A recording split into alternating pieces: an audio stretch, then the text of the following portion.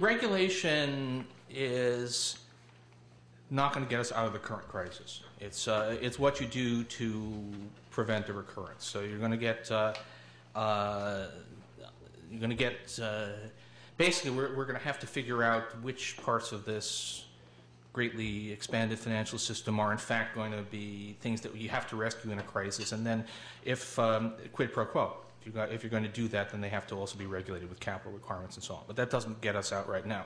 What gets us out right now is rescue operations where endangered institutions are propped up, where claims are propped up, aid to homeowners, because that's where a lot of the losses are coming from. And if it has to get much bigger than it is right now, then it's going to have to change in qualitatively as well as quantitatively. If you end up having to throw $1 trillion into the markets, then there becomes a real necessity to basically not just be handing the money out, but taking control. So there's a lot of talk now. People are trying to figure out how this plays out. There's a lot of talk about what they're calling the Nordic model. Sweden and Norway both had financial crises in the early 90s that were sort of comparable in some ways, although they did involve banks rather than these non-bank things. But still, there's some parallels. And in both those cases, substantial parts of the banking system ended up being temporarily nationalized.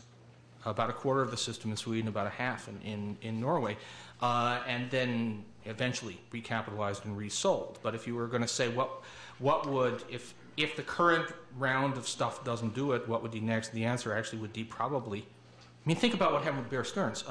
Effectively, the Fed orchestrated the takeover of Bear Stearns by J.P. Morgan Chase, with the stockholders not completely cleaned out, but losing the bulk of what they had.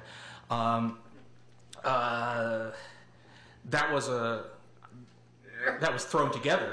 That was cobbled together at the last minute, basically, chewing gum and baling wire solution. But if you're going to have to do multiple things like that, then take out the middleman. Instead of having J.P. Morgan Chase take it over, have the federal government take it over.